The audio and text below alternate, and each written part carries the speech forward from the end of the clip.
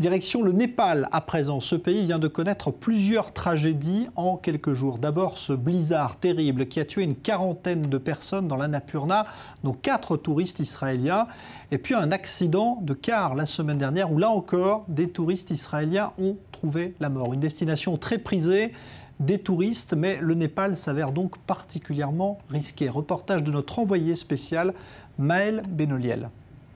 C'est à 50 km de la capitale népalaise qu'un autobus est sorti de la route. Une chute de 50 mètres dans un ravin de cette région montagneuse. Parmi les victimes, un groupe de jeunes touristes israéliens. 2 d'entre eux ont été tués sur le coup. 4 autres s'en sortent miraculeusement indemnes. Moins de 24 heures après le terrible accident de la route, nous nous rendons sur place à Katmandou pour tenter de faire la lumière sur ce drame, quelques jours seulement après une avalanche meurtrière dans la chaîne montagneuse de l'Annapurna, qui a fait plus de 40 morts, dont 4 alpinistes israéliens.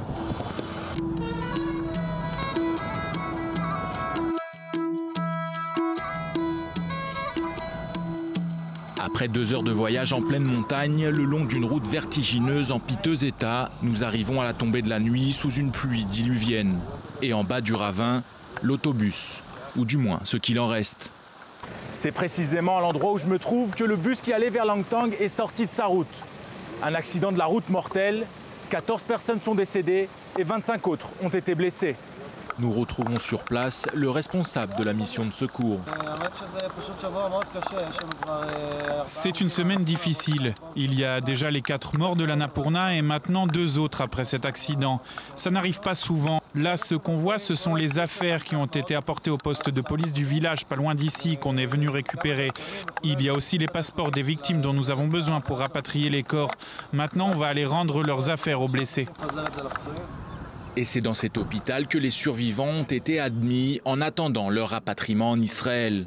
Einav et Michal sont amis depuis leur service militaire. Ce voyage était pour elles le début d'une nouvelle vie, jusqu'à ce virage mortel dans les montagnes de l'Himalaya. C'est un miracle, il n'y a pas d'autre mot pour décrire cela. Je me souviens qu'au début, j'ai cru que c'était juste une pierre de plus sur notre route, jusqu'à ce que j'entende les gens crier et que je vois à travers ma fenêtre les gens tomber du toit. Et puis je me souviens des tonneaux du bus et avoir pris des coups. Le bus est tombé, il s'est retrouvé sur le toit. Je me revois sortir par l'une des fenêtres et j'ai commencé à appeler Einav. Quelques secondes après moi, elle est sortie vivante. C'est un vrai miracle. Tout de suite après que ce soit arrivé, que ce soit l'ambassade ou le Bet Rabad, ils ont tout fait pour nous aider. Le Bet Rabad, un centre communautaire juif présent dans les 4 coins du monde, est toujours prêt à accueillir ces jeunes Israéliens en quête d'aventure. Et en 14 ans de présence à Katmandou, ce n'est pas la première fois que le rabbin Cheski et son épouse apportent leur aide à des Israéliens en difficulté. Nous faisons toujours tout ce que nous pouvons pour nous rendre sur place. Pour cet accident, nous nous sommes rendus sur les lieux en hélicoptère au plus vite dès que nous avons eu la nouvelle. Ici, dans ce genre de cas, il n'y a pas de service d'urgence. Bien souvent, pendant un sauvetage, ils font plus de dégâts qu'autre chose. C'est un pays très peu développé. Un avis partagé aussi par le directeur de l'agence, celle-là même qui a conseillé ces touristes israéliens. 25 personnes, c'est censé être le maximum par autobus, mais à la gare routière, ils laissent rentrer jusqu'à 70 personnes, même sur le toit. Dans un coin de notre cœur, nous nous sentons coupables, mais nous ne pouvons pas être responsables de tout. Vous savez, les routes au Népal sont désastreuses et tout le monde le sait. Après la tempête meurtrière de l'Annapurna, il semblerait que ces aventuriers israéliens soient frappés ces dernières semaines par une tragique loi des séries. Mais une chose est sûre, rien ne pourra empêcher ces jeunes de continuer à parcourir le monde. Au Népal, comme ailleurs. Alors, Maël Benoliel, bonsoir. Bonsoir, on vient de voir votre reportage. Vous arrivez tout juste là, du Népal. Donc, c'est un reportage étonnant qu'on vient de voir parce qu'on a mis effectivement des images sur ces tragédies. D'abord, est-ce que vous avez constaté que ce pays était effectivement dangereux, inadapté peut-être à un tourisme de masse? Écoutez, inadapté, je ne sais pas, mais j'ai constaté effectivement que le Népal était un pays très pauvre, qui n'avait pas de transport public, des routes complètement défoncées, si je puis m'exprimer ainsi.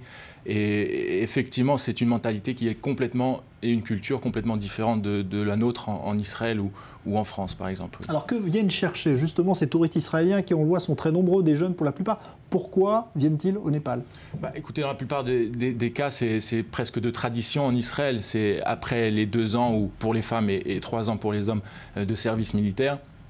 En général, les Israéliens aiment quitter Israël pour un laps de temps, 6 mois, 1 an, et ils partent faire le tour du monde et à la recherche de destinations exotiques pour se laver la tête, l'esprit après 3 ans où ils étaient militaires. Et donc, effectivement, au Népal, à Katmandou, où nous étions tout ce week-end, nous avons pu constater qu'effectivement, il y a beaucoup d'Israéliens qui viennent faire ce qu'on appelle des treks, des randonnées dans les montagnes. Malgré le danger, ça ne les freine pas? Oui, vous commencez à connaître les Israéliens, Jean-Charles, et vous savez que le danger ne les empêche pas effectivement de faire ce genre d'aventure.